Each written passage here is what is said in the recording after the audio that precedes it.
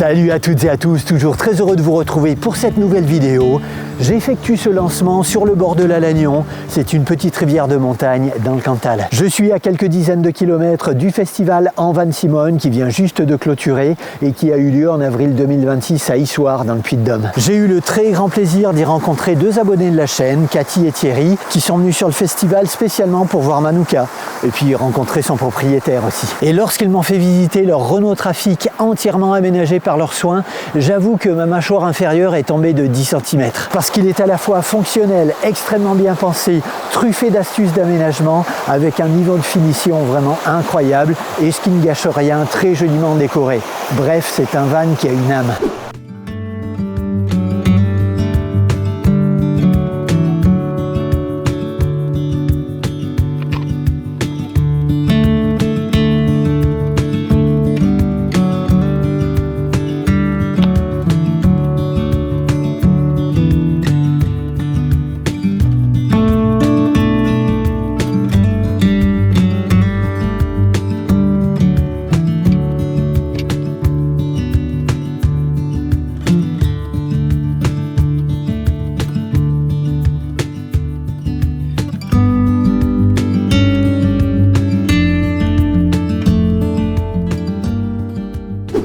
Concernant le niveau de finition, vous allez très vite comprendre lorsque Thierry va nous parler de son métier. Je suis donc très heureux de vous proposer ce van tour qui a été aussi l'occasion d'une très belle rencontre.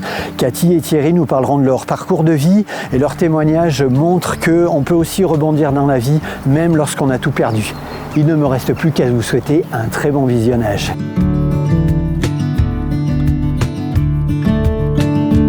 C'est de l'impression 3D, c'est le symbole Awen qui est un symbole celtique en fait. Moi j'aime bien tout ce qui est origine celtique, tout l'environnement, tout ce qui est représentatif de la Bretagne. J'aime bien tout ce qui est l'univers viking, tous ces trucs-là. Je suis passionné de jeux vidéo aussi, j'adore tous ces trucs-là.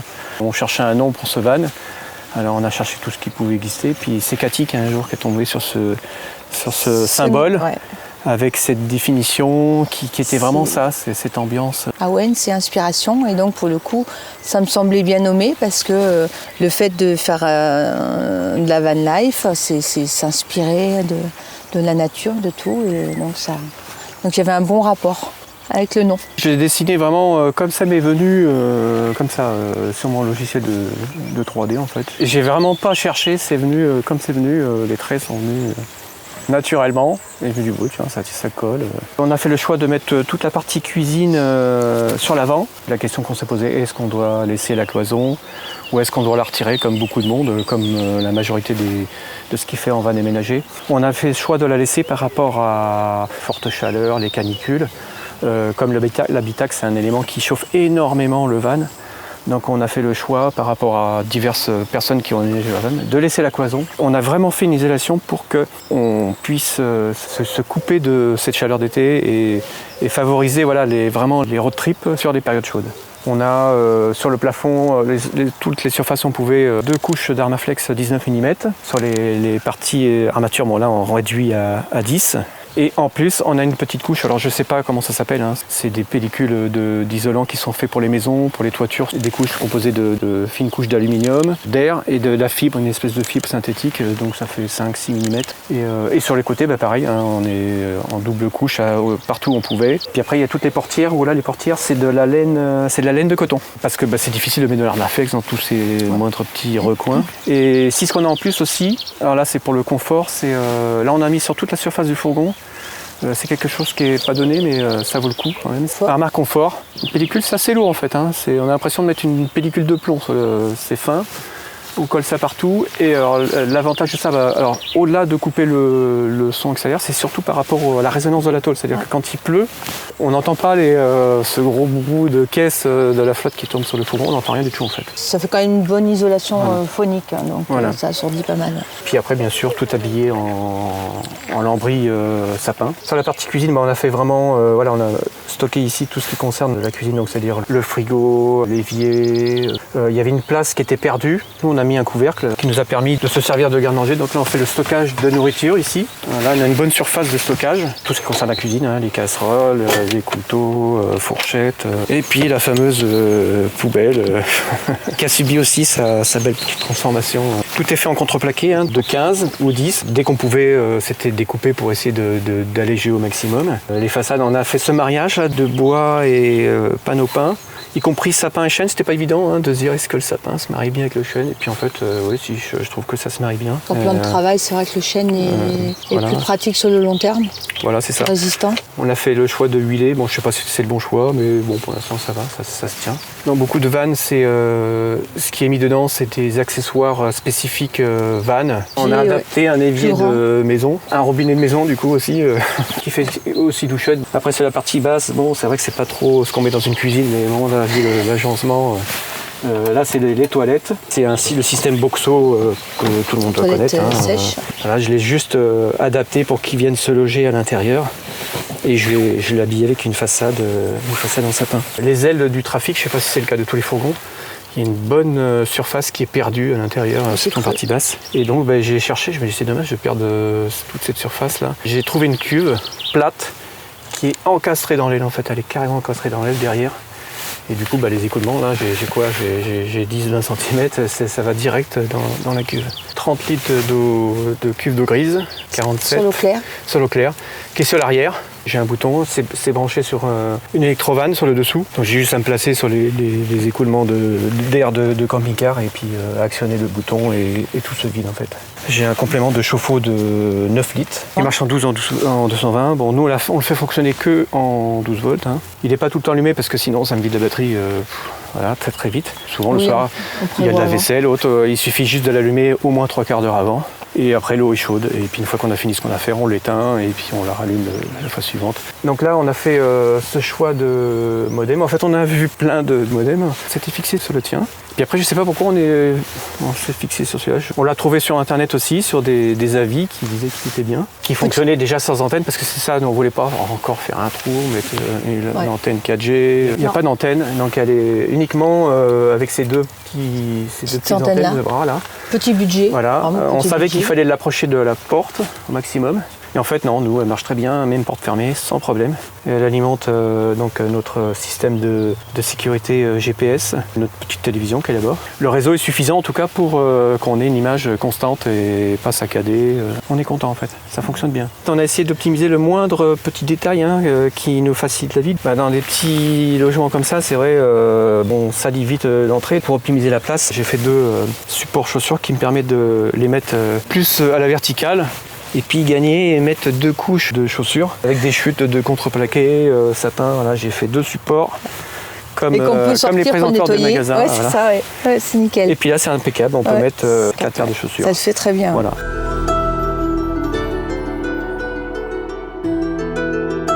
Les premiers week-ends, on va dire que c'était beaucoup de recherche. Où trouver des panneaux, quel panneau le moins cher, parce que ça coûte cher le bois. Parce que l'aménagement il commence comme ça en fait, c'est faire les plans. Plein de plans sur SketchUp. Est-ce que je mets le caisson là, le truc là, est-ce que je mets l'évier à l'arrière, à l'avant, voilà. Nous ce qu'on voulait, c'est malgré que c'était un petit van, c'était avoir le maximum. D'espace. Ça ressemble vraiment à une petite maison en fait. Et on voulait pas que ce soit juste le van où on s'assoit sur la banquette et même si on mange dedans, on a l'impression d'être dans une voiture. On voulait pas ça. On voulait, une fois qu'on est dedans, qu'on ait vraiment l'impression d'être dans une maison. Les modules, j'ai des plages, regarde, oui là, ok, non, ça colle pas. Et une fois qu'on a trouvé, en fait, par rapport, pour que ça loge, ça tienne aussi dans le cahier des charges du VASP, les espaces de secours, les largeurs de passage, tout ça, donc on a réussi à tomber là-dessus. Puis là, après, on a commencé à faire un peu le métré, c'est-à-dire qu'est-ce qu'il faut comme bois, où on va acheter le bois, le contreplaqué, quel contreplaqué le moins cher, bon, le plus léger, oui, mais bon, c'est le plus cher. Et après, le principal problème, ça a été, par rapport à tout ce qu'on avait misé, qu'on voulait mettre, c'est loger tout ça. Dedans, là, c'était un casse-tête. Surtout l'électricité. A demandé beaucoup de visionnage sur YouTube et de recherche d'infos sur ce qu'il fallait pour être autonome. Parce qu'on visait on visait une autonomie. On a acheté le van, ça fait 1 an maintenant. Donc on a commencé rapidement à l'aménager, mais effectivement, comme Thierry dit, très, très gentiment. Et l'idée, c'était vraiment de pouvoir s'en servir les week-ends et en vacances, et plus tard à la retraite pour pouvoir partir plus longtemps. D'où le besoin d'autonomie. Donc on a fait plusieurs week-ends, on a travaillé une période intense de 10 jours l'été, où là ça a été vraiment 5 heures du matin jusqu'à la nuit tombante, vraiment c'était des forçats. Personne ne travaille comme ça aujourd'hui. Et il faisait une chaleur de malade. Voilà. Et nous, même à part, je ne sais plus combien il faisait, plus de 40 degrés, on était là dehors, en sueur, et on a bossé comme des malades. Parce qu'on voulait absolument la carotte, c'était on part dans 10 jours, on part une semaine dans les Alpes et il faut que ça soit fini. On n'a pas réussi à finir, mais le principal était fini, mais on était juste la partie haute. Et on est parti avec ma fille, on est parti à 3. Du coup, on a pu tester ce qui allait, ce qui allait pas. Si on reste qu'en intérieur, à 3, ça reste voilà, pour manger la table, etc. C'est petit tout. C'est un matelas spécial qui se met devant pour la 3e personne. Et ce matelas-là, la journée, il faut pouvoir le stocker à l'intérieur. C'est ça. Satisfait parce qu'en fait, le but, c'était d'être autonome. C'est-à-dire que nous, on n'est pas des fans spécialement de camping. C'est sympa le camping, mais nous, ce qu'on veut, c'est vraiment avoir cette sensation d'être en milieu naturel, seul au monde, voilà, et puis vraiment être en communion avec la nature. Et du coup, il a accompli tout ce qu'on attendait, même au-delà, parce que au niveau électricité, sans problème, le panneau solaire, il nous chargeait chaque jour, il nous apportait l'énergie nécessaire au fonctionnement, sachant qu'on est 100% électrique, hein, on a une table à induction, on a un micro-ondes, la machine à café, ce qui est assez luxueux pour ce type d'aménagement.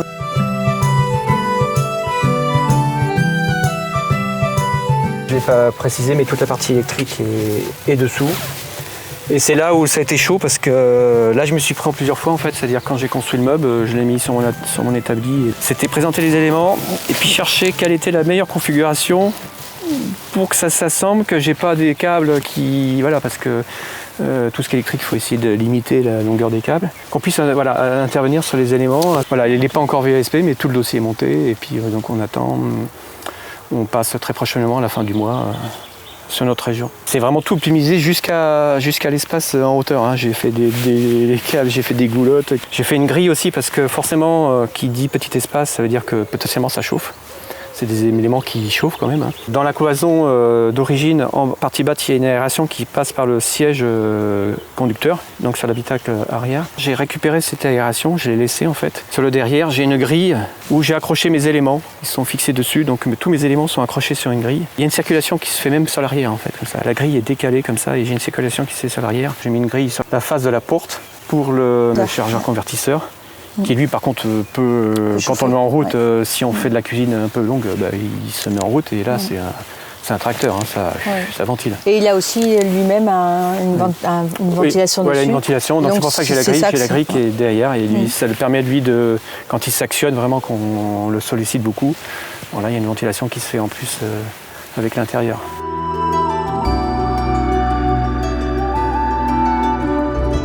Aménagement intérieur.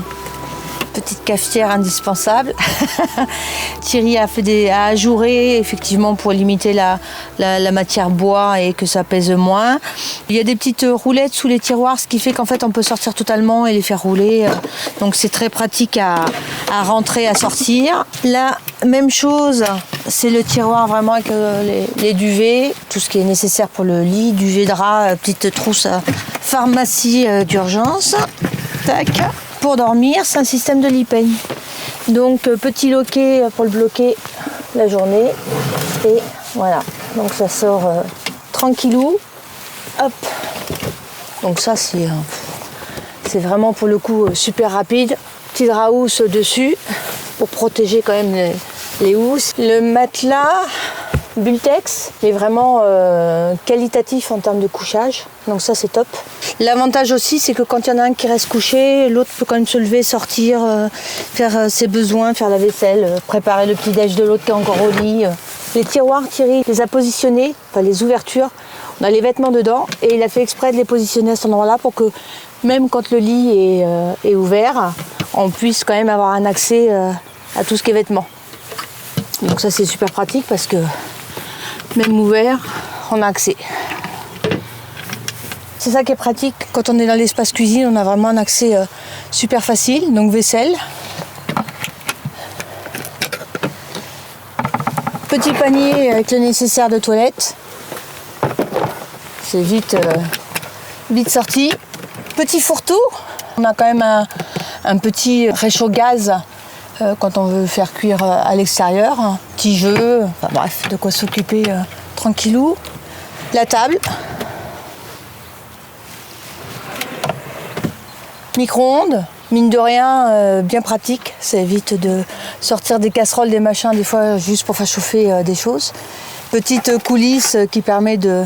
Voilà, c'est vraiment l'idée d'optimiser le moindre espace, ça permet de ranger le plateau. Ça, c'est un certain confort dans un van, finalement. Ça a l'air de rien, mais on n'en voit pas toujours. C'est penderie, quoi. Ça, c'est super pratique. Donc avec tout ce qui est veste, c'est profond. On a même un petit panier avec les bonnets, des choses comme ça. Mais donc pour le coup, ça, c'est super pratique. Toujours tout accessible facilement.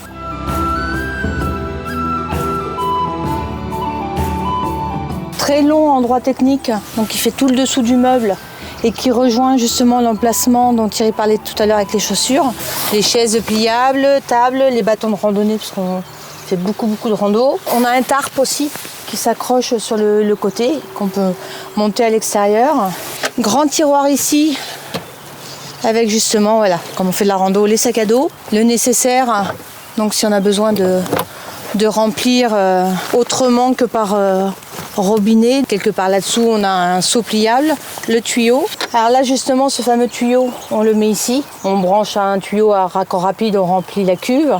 Soit si on est dans un endroit où on peut pas procéder de cette manière-là, ou qu'on veut puiser dans un lac, une rivière ou un robinet, on met de l'eau dans un seau, on branche ce fameux tuyau ici, on met dans le seau, on allume la pompe, ça remplit la cuve de cette manière-là. Et ici, la douchette, on peut effectivement se laver la tête, se doucher. On a fait un choix simple, on a une bâche qu'on peut mettre ici et par-dessus, juste sur les côtés. Ça permet quand même de se laver sur l'extérieur. La cuve est ici, la cuve d'eau claire, avec tout le système il y a une partie du système de filtration devant qui continue sur le côté. Donc quand on dit système de filtration, il y a 3 filtres classiques où on change les filtres, avec un premier au charbon, un deuxième de 5 et après on termine par un micron et après on a un UVOJ.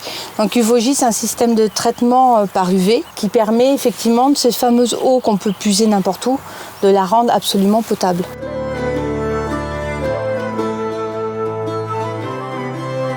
Petit plus, petite tablette.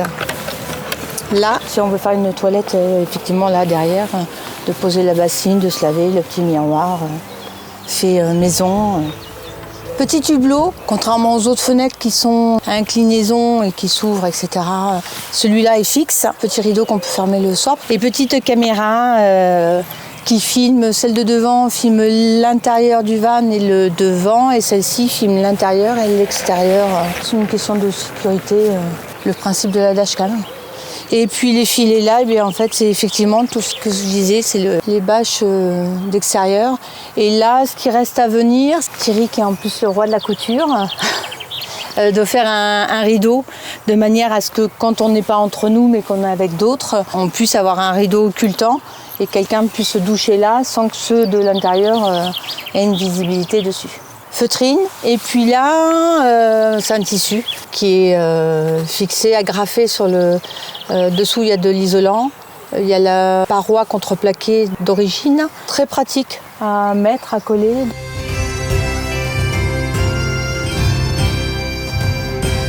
On a fait le choix d'avoir un panneau solaire donc, pour avoir une totale autonomie. Par rapport à tout ce que j'avais vu sur internet, c'était comment tenir ce panneau solaire sans qu'on le perde sur l'autoroute. C'était ça qui était dur, donc il y avait le choix. Ça sent le vécu un peu. Et donc ça me faisait vraiment très peur parce que c'est vrai que j'ai vu plusieurs personnes à qui ce malheur est arrivé. C'est un panneau solaire de maison, donc avec des recherches, multi-recherches, donc je me suis dit bon, il faut que je le fixe sur une galerie. Le problème des galeries qui vendent pour ce type de fourgon, c'est qu'ils sont très hauts en fait, hein. Ils font, je sais plus, 20 cm. Notre choix c'était de garder un van qui puisse à peu près passer partout. Alors bon, c'est difficile de dire partout parce qu'aujourd'hui on nous réduit les distances de hauteur. Pour ça, je me suis appuyé sur d'autres personnes qui ont travaillé sur les trafics, que j'ai trouvé sur YouTube aussi. La solution, c'était de recréer sa galerie et de se fixer sur les points de fixation d'origine de chez Renault. Je suis parti là-dessus, je me suis fait, voilà, comme tout le reste, hein, le plan, l'achat des tubes. Je ne sais pas faire la soudure sur de l'alu. Donc j'ai fait le choix tout bête de les maintenir avec des rivets. Donc j'ai acheté des plaques d'alu assez épaisses, des rivets assez costauds et voilà, j'ai fixé ça. J'ai les finitions avec des bouchons. Le premier truc qui était posé, c'était le lanterneau. Pourquoi à gauche? Toujours dans l'optique de me dire, je veux pas être en hauteur, et comme j'ai vu que le fourgon il était voûté en fait, je me suis dit pour être malin, je vais mettre mon lanterneau à gauche. Bon, après réflexion, je ne suis pas sûr que c'est le bon choix parce que quand il pleut, l'eau elle a tendance à stagner le long du lanterneau et je ne sais pas ce que ça donnera dans le temps. J'ai fait le choix aussi de mettre le panneau solaire sur la gauche. Parce que je me suis dit comme ça, j'ai une petite surface qui me restait là de, je sais plus, entre 40 et 50 cm. Et cette place, plutôt qu'elle soit perdue, j'ai adapté une grille que j'ai trouvée aussi sur internet, sur tout le long. Et je me dis comme ça au moins j'ai toute cette longueur là, je le récupère. Ou je sais pas, je peux mettre un parasol, un gros truc. Un coffre. Une planche de surf si un jour. Nous allongés dessus. Voilà. La technologie c'est un Topcon. Il arrive à emmagasiner le soleil même partant couvert comme ça. Et je suis parti là-dessus, je me suis fait, voilà, comme tout le reste, hein, le plan, l'achat des tubes. De ce côté-là, on est très content parce qu'il répond à nos besoins, sans problème, il tourne, il produit l'énergie sans aucun problème. Ouais. En termes de puissance, c'est un 500 watts. Il est branché sur une batterie lithium. Ces batteries ont la particularité qu'elles n'ont pas le format des autres, elles sont compactes, elles sont carénées dans une boîte en acier. Ça, c'est pas mal aussi, c'est-à-dire qu'elles sont vraiment très protégées par rapport au choc ou autre. On appuie la logette debout, elle n'est pas très épaisse, même la fois aujourd'hui, on est autonome, quoi, hein. On n'a pas de soucis, ouais. Ça fonctionne. Jusqu'à maintenant, de tout ce qu'on a fait, hein, les parcours d'une semaine ou de 2, 3, 4 jours, on n'a jamais chargé autrement qu'avec le panneau solaire. Ça suffit. Du coup, la prise P17, elle n'a jamais servi en fait.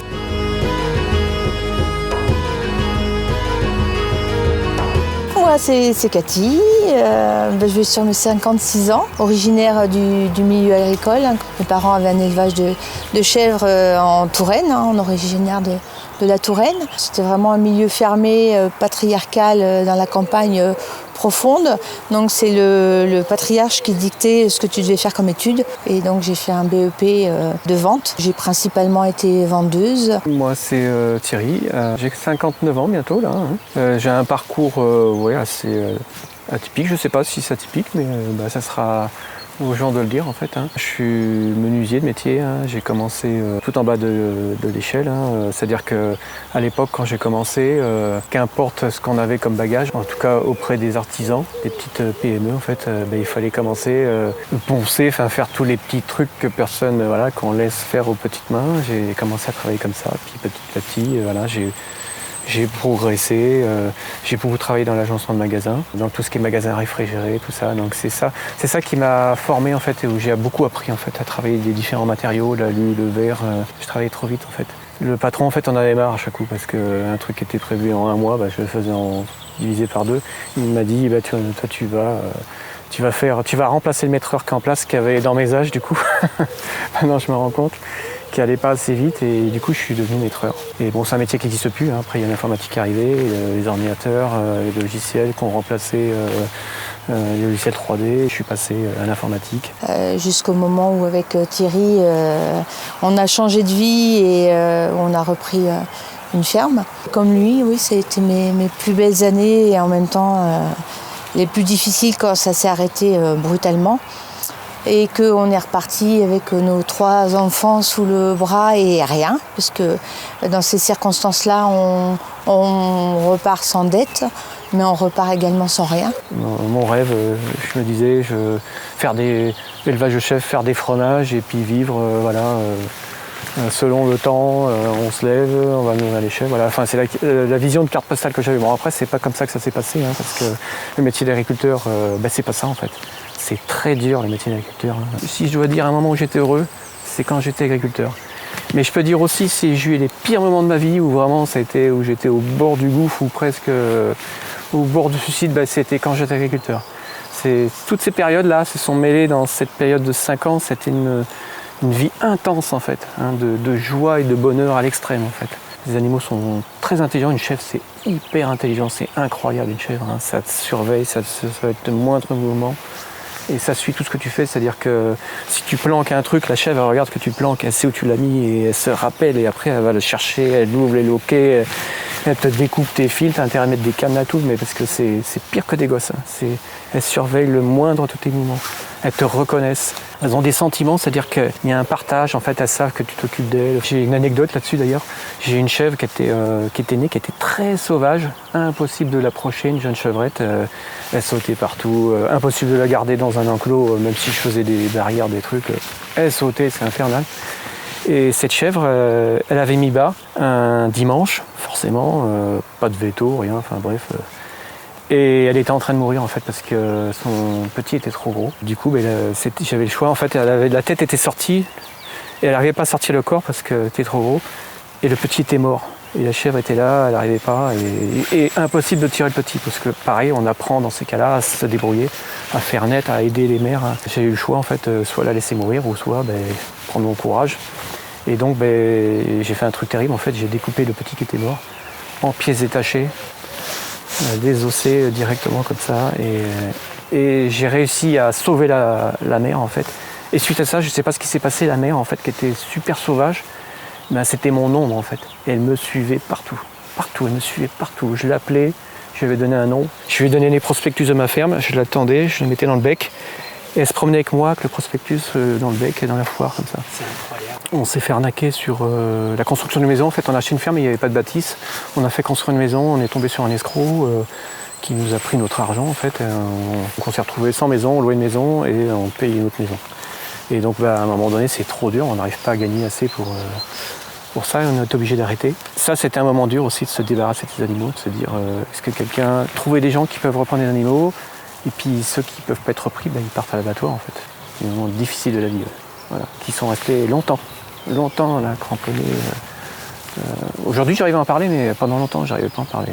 Et on s'est dit, on va là où le premier trouve du boulot. Donc j'ai dû trouver du travail entre Toulouse et Montauban. Donc on est parti sur Toulouse et Montauban. On s'est retrouvés dans un appartement. On n'avait jamais vécu en appartement avec nos 3 enfants et on a redémarré notre vie à ce moment-là. Et récemment, j'ai rechangé de vie et j'ai fait une reconversion et maintenant je suis assistante comptable. Et le budget du ménagement, j'ai suivi ça de près. Ouais, fallait tenir. Oui, c'est vrai que Thierry, c'était plus la conception, etc. Et moi, j'étais la main-d'œuvre de l'ombre, les peintures, le vernis, les choses comme ça, achat de matériel. Donc, je suis revenu dans la maisonnerie, du coup, dans ce milieu que où j'avais tiré un trait. Par contre, en milieu industriel, du coup, là, j'ai découvert un autre milieu, parce que moi, j'ai tout travaillé dans des petites PME, où tu es considéré par rapport à ce que tu vaux professionnellement et pas par rapport à ton parcours, par rapport à tes diplômes.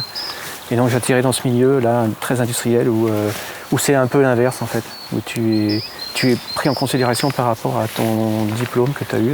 On te place, tu as tes diplômes, tu vas là, tu es là, et ainsi de suite. Et bon, c'est intéressant aussi parce que du coup tu côtoies d'autres milieux, d'autres gens. Je pense que je vais finir certainement là-dedans, ou on ne sait pas. Je me laisse en fait, moi je n'ai jamais cherché en fait, je me laisse porter par la vague en fait, c'est là où ça me mène en fait. Et maintenant, le but, c'est effectivement de pouvoir profiter des week-ends et des vacances dans le van en attendant notre future retraite et des plus longues escapades. Le temps est venu pour moi de clôturer cette vidéo qui, je l'espère, a été inspirante si vous êtes vous-même en cours d'aménagement. Un grand merci à Cathy et Thierry pour ce partage. J'espère qu'on va se recroiser très bientôt sur les routes.